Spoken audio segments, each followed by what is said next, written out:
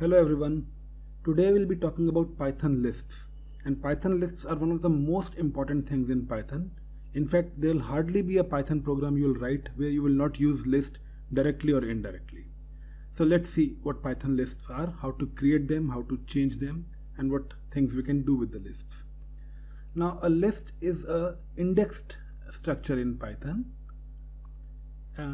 What it does is it collects elements for you. So you can have an empty list. For example, we can define it like this, an empty list, and Python understands it's a list if you indicate it with box brackets or something like this over here. I haven't passed any elements in this particular line of code, so this is going to create an empty list. I can fill it up. I can put integers in it. For example, I can say 1, 2 and 3. So all these elements will go and become part of my list. I can also have strings in it, and in fact I can have anything in my list. Since everything in Python is an object, we can add any kind of object. So later on when you're doing machine learning and making models, you could very well have a list comprising of several different models in the list. So complicated structures can also form part of the list. Every element in the list is indexed by its location. So a list of 1, hello and 3.4 is not the same as a list of 1, 3.4 and hello.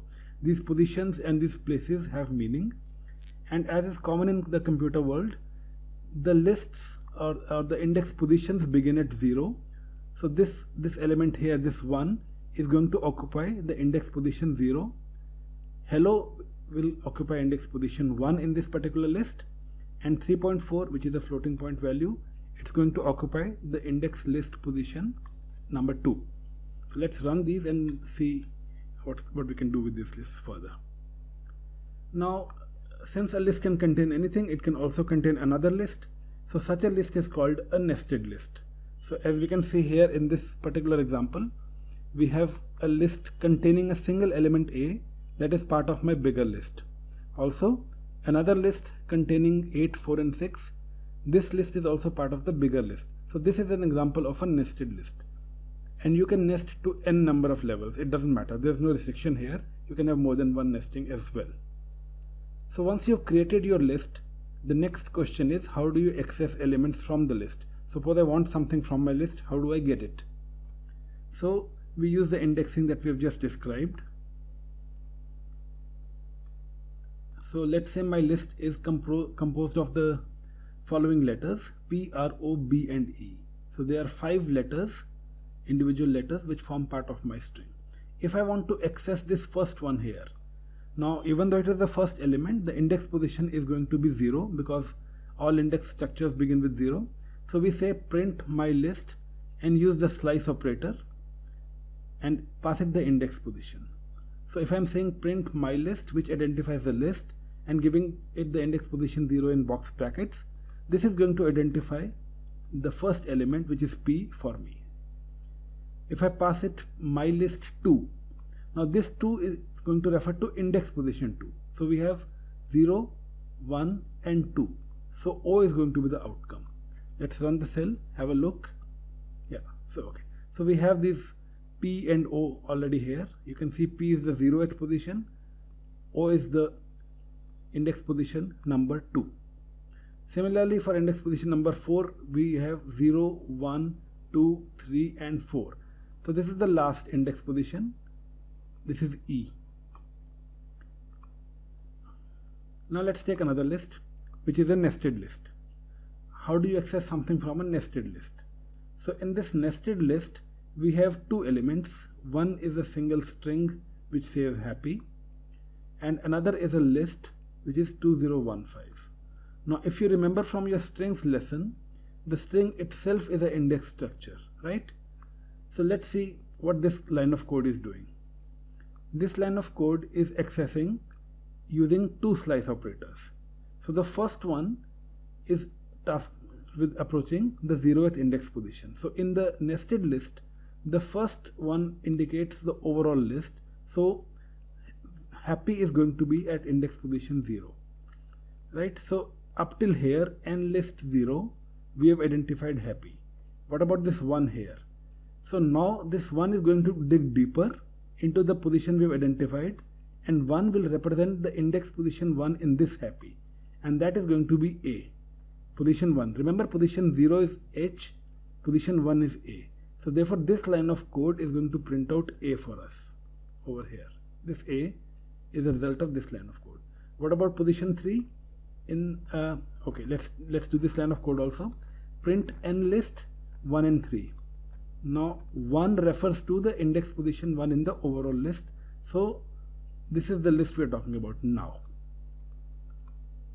So once we have identified n list index position 1, we have gotten this far. 2015 is our list. Now we want to look for index position 3.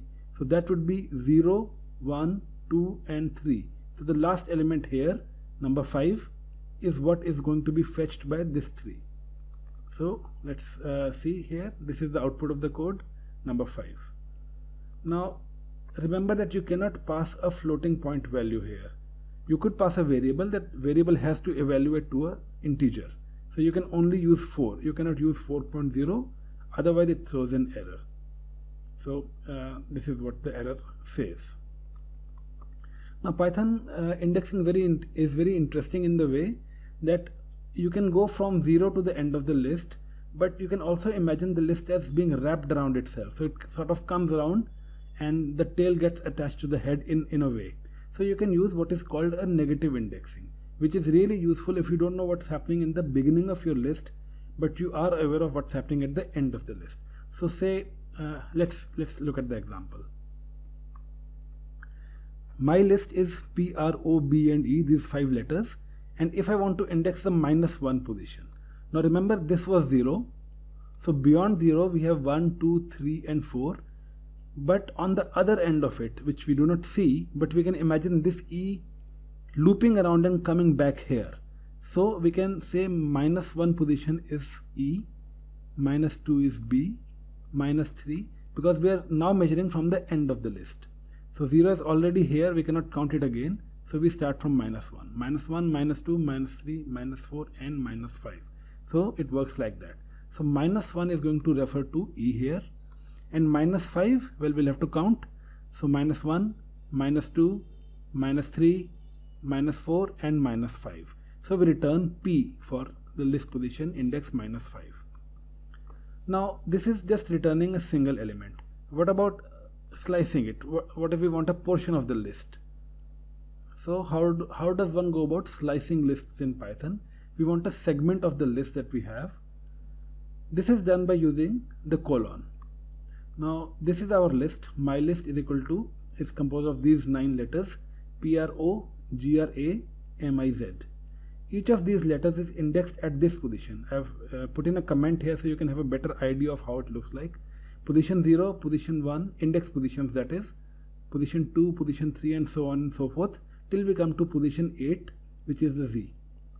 Now we access my list, which is defined here, and then in the slice operator, instead of passing a single index, we say 2:5.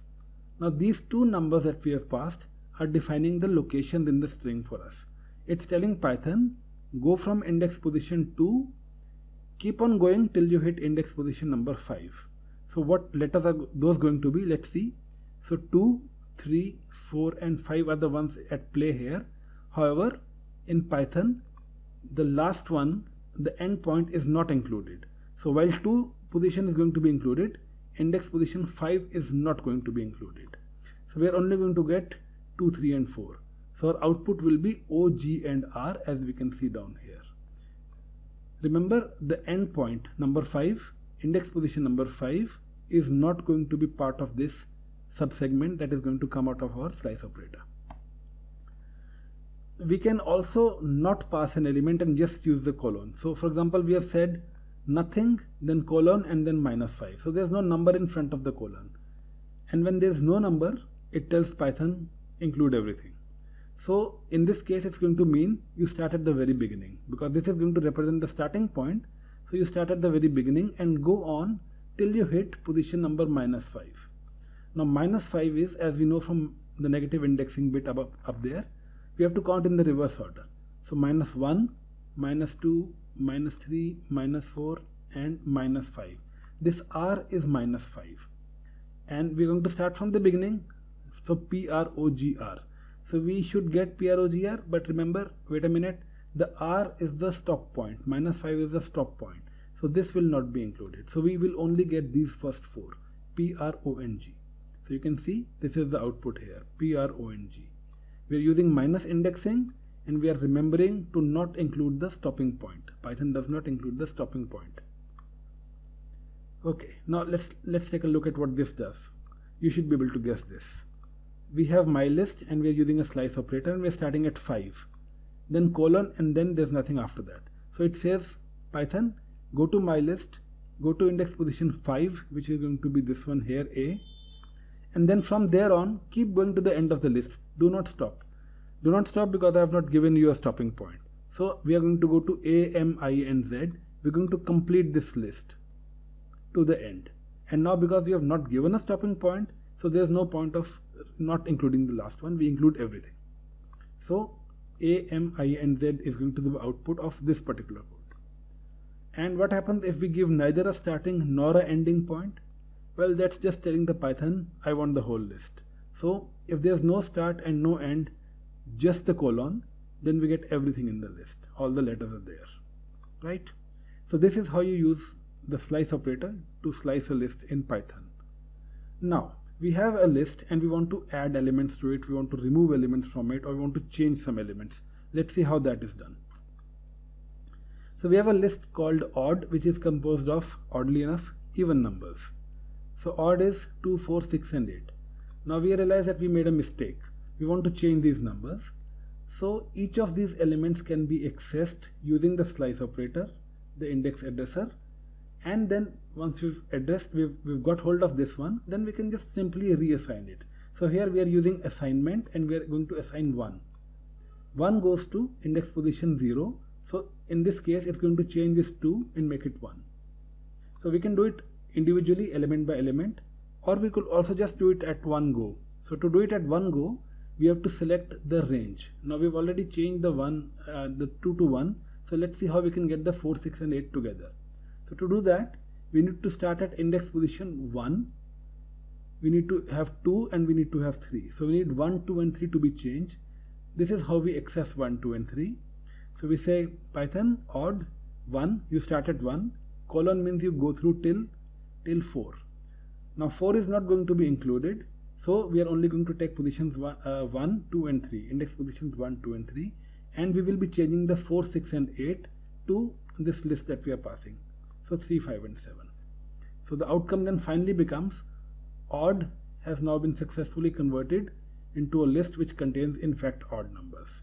So we changed 1 initially here, and then 3, 5 and 7 we changed at a go here. So this is how we change values in our list. Now let's look at the append method. Now the append method, as you can tell, is going to append. It appends whatever we give it to the list, and because we are not giving it a position with the direct method, it just appends it at the end of the list. So if we have a list of odds with 1, 3 and 5, we can say I want to append the number 7 to this list, and I just say odd.append 7, and this 7 is going to go right here after the 5. See, so the list will now, after running it, it's going to appear like 1, 3, 5 and 7. Alternatively, you could also extend the list. So the extension also adds whatever you give it to the end of the list, and if we extend our odd list using 9, 11 and 13, so this is going to appear behind the 7. Now we've already added the 7 here, so we get 1, 3, 5, 7 which we added in the previous line of code, and then 9, 11 and 3 are the elements which have been added to the list using the extend function. Now this can get more interesting. We can also use something called the insert method. Now the insert method sort of forces itself into the list. With append and with extend, we were restricted to adding stuff at the end of the list, but with insert we can use it to go right into the middle of the list. So here we are trying to insert this tuple inside. Now there are two elements here. We are not going to insert both of them. The first one is a positional one. It tells Python this is the index position that I want to force my way into, and this is the element I want to go, want it to go there. So now in this list odd is equal to 1 and 9, we have index position 0 and index position 9. By using insert on index position 1, we have index position 0 and index position 1. We are using insert and we are asking it to insert something at index position 1. 9 is already there. So what it's going to do is it's going to push 9 away, and this space it creates will be used to fill in the 3. So when we run it, we're going to end up with 1, 3 and 9. So you see the 9 has been pushed away and the position 1 has now been forcefully occupied by 3 using the insert method. Now let's see what this is doing here. Once again we are trying to insert something, but we are using 2:2. So we are identifying for Python that this is the position that we need. We need position 2, which in our case now will be 0, 1 and 2. So we want to insert at this position. 9 is now occupying index position 2. This is the one we want to shift. So once we do this, the whole list, elements of the list 5, 7 and 8 are going to go here into position 2. Not all of them go into position 2. So the first one goes into position 2, second one goes into position 3, third one goes into position 4, and this poor 9 is again shifted to the back. Now we come to deleting or removing elements from a list. So here's our list. My list is equal to PROBLEM. So we got these elements here, 7 of these. Now I want to remove a particular element. So I can use the delete keyword. The delete keyword in Python is very, very strong. It just removes it from the entire memory location. So we say I want to delete and I give it my list element number 2. Index position 2 is O. So once I run this command, O is going to be gone forever and the list is now reduced to PRBLEM. So O is gone. Now after getting rid of O, I get a little ambitious and I want to remove everything that falls in this range. Now this is a Python struct, so remember that 1 will be included, then we are asking Python to go all the way up to 5 but not include 5. So P is going to be included all the way to 5, 5 will not be included, and then in this case M is going to become number 5 because we've already removed O. So we are going to be left with P and M, and this is the output here. So PM is the output of this particular line of code. We have deleted all the middle elements. Now we can also delete the entire list. So we just say delete my list. Del is a keyword, and this will get rid of the whole list and any references to the list location in memory that Python has internally stored. So once we do this, Python has no longer any idea. The variable is now free.